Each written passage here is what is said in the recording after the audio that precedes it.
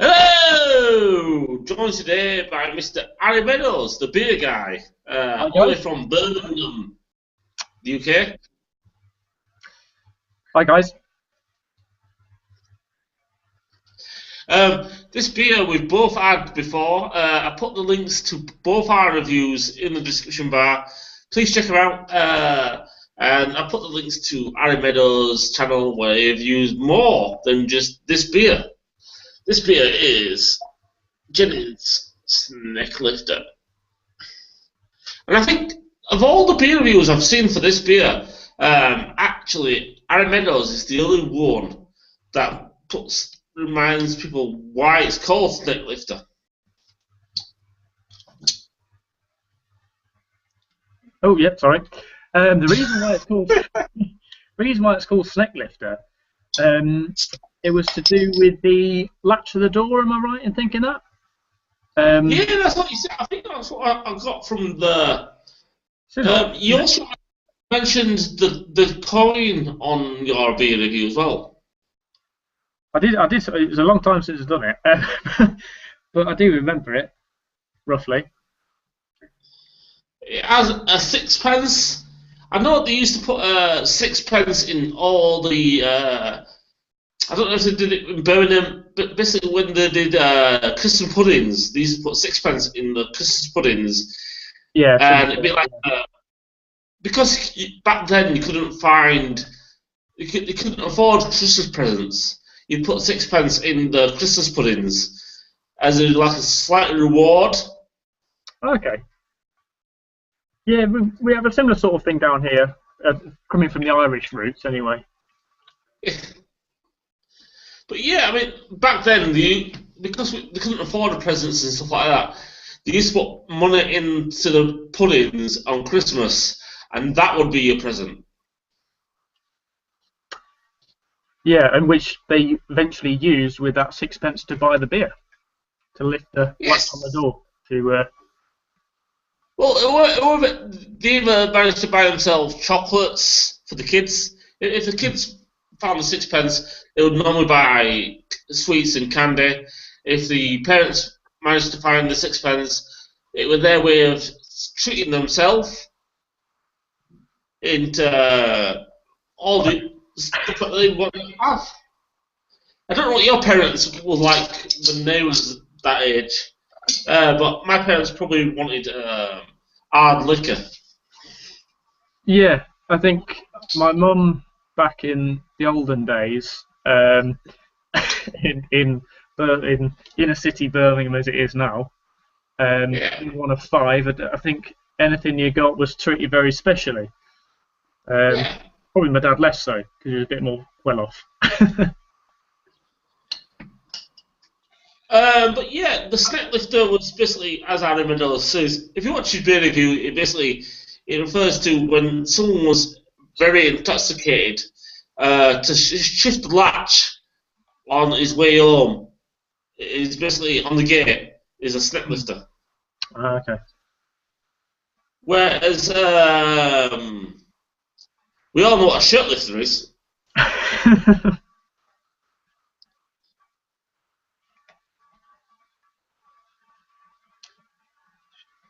Luckily, it's not called that. But Jennings Brewery is now owned, as Harry Meadows said in his beer review, by Marstons. And it's not actually brewed where it says it's brewed, from what I believe. But just because it's brewed by Marstons doesn't mean it's a bad beer. It just means it's now under a bigger umbrella than what it was before.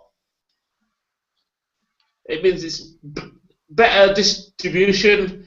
The recipe might have changed a slight because it has to do. Whenever you change, if you move a beer to a different location, the water in that area is different to the original area. I mean, I'm sure the water in Cumbria is different to the water in Marston area, which is Burton-on-Trent. Yeah, it's pretty rocky down here. It's got quite a lot of calcium in it.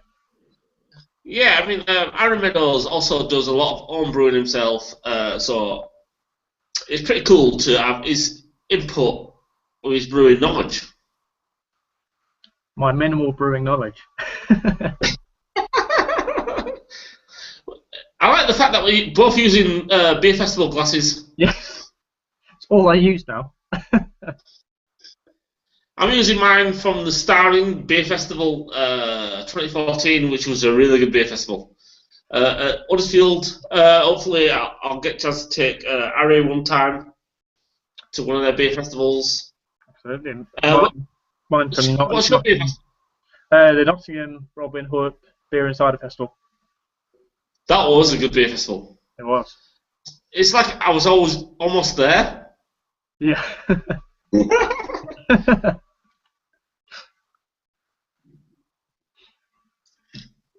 Now, Snifter, the beer itself, was one of the first ales I started getting into.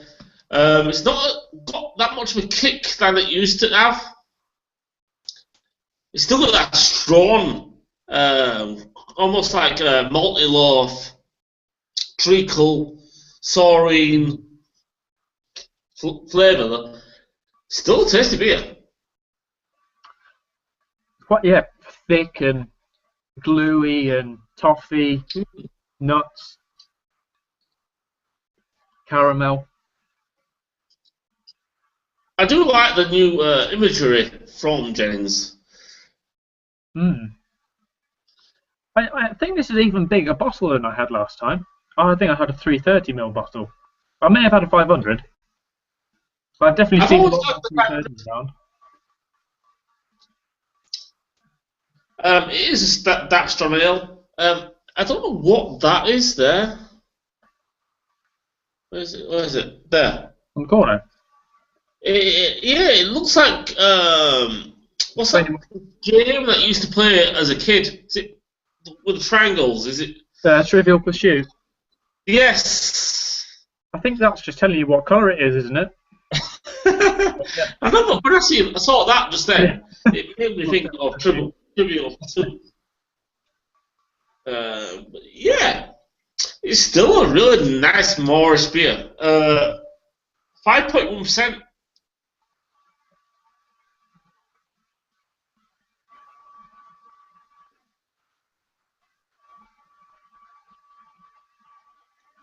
Could you see yourself sessioning this beer, Harry? I think so, yeah, because it's a relatively easy beer to get hold of, I find, and it would sit well towards, because I tend to go light to dark in it, or light dark in a session, but it would go well towards the end, I think, of a session in my style, anyway. I mean, I like the fact that it starts off on the palate very minimal, but as it flavors on your palate, the flavors build and build and build and build. It starts off very simple in your mouth, and then, as you say, then you get one flavour, then another flavour, then another flavour, then another flavour, and they all combine towards the end. And then it makes you want to dive back in and it's like continuous cycle. That's a lot of beer.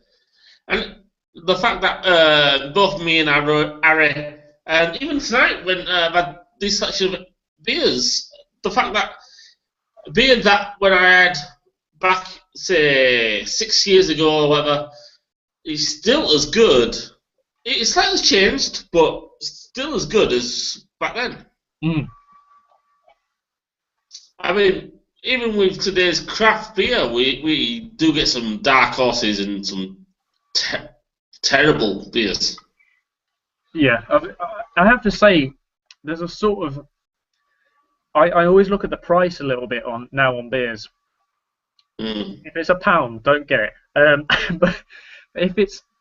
I find there's certain breweries which consistently produce pretty shocking beers.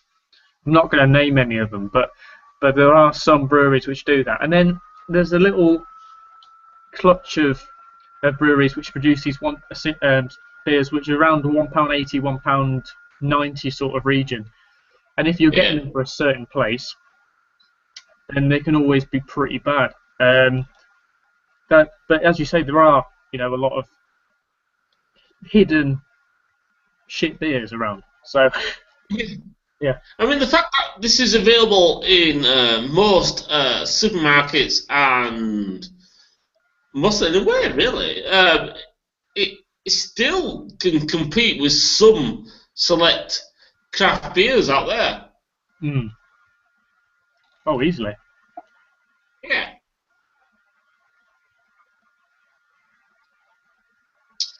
For price wise, it's because it's under that umbrella of Marstons. They can offer it at a lower price than normal. Because if this were a craft beer, or craft real ale, you'd be looking at £2.80, £2.90. Easily, yeah. I think we picked up this bottle the same time at the booths. Yeah, and I think it was about £1 something. Yeah, it was quite low. It was just under I think it was just under £2, wasn't it? Mm. And just under £2 for a real ale that tastes all these complexities, this is value for money. Very good price, because as I was saying, you can find a lot of rubbish around that sort of range of pricing, and you can get this hidden gems.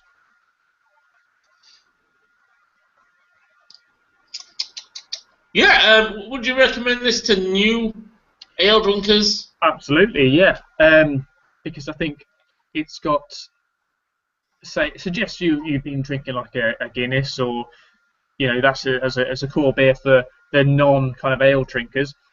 It's got elements of tastes from that sort of market in person, and then it's got additions of more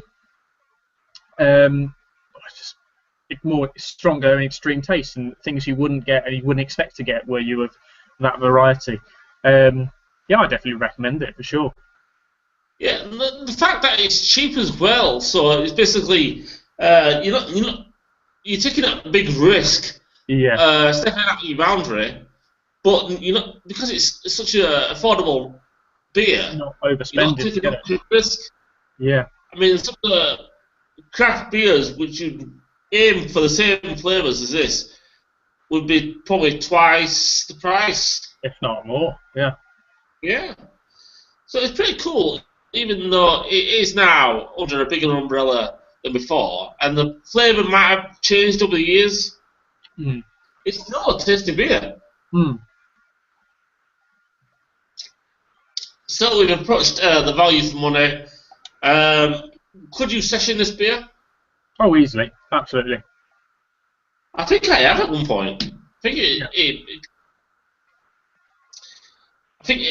sessioned this with probably Thixton's or Peculiar back in the early days. Mm. Probably what else? Beer, but yeah. Any final notes? Not really sure. I don't believe so. I just want to add again. I really like the overall design of the bottle. I think it's changed 3 times in total, maybe 4. But I do like the new logo because it's almost subliminal with its advertising. It lists the kind of place where it gets brewed. It lists the kind of taste notes you're going to get because it has that sixpence. Yeah. Mm. I think we all taste notes when you did the beer review, which is in the description below. Did you mention that it tasted like a lot of Christmas pudding? And yes, I believe I did. Yeah. Yeah. So it could be, even though it's available all year round, you could actually open this as a seasonal beer as well. Yeah, I mean, I'd class this as more of a winter beer for myself. But it, as you say, you get it all year round. But it's more of a winter beer for me, or a late evening beer. I like the fact that they've used a lot of local knowledge in picking the name, Snifter, because, like you said in your beer review, They've used the local slang for naming this beer, so it gives that little bit of locality. Yeah. Cumbria, even though it's now maybe brewed in Marstons, but Yes, yeah. But yeah, check out Harry Meadows, the beer guy. Links below. Check out his beer review for this beer. You take care. Okay, bye bye.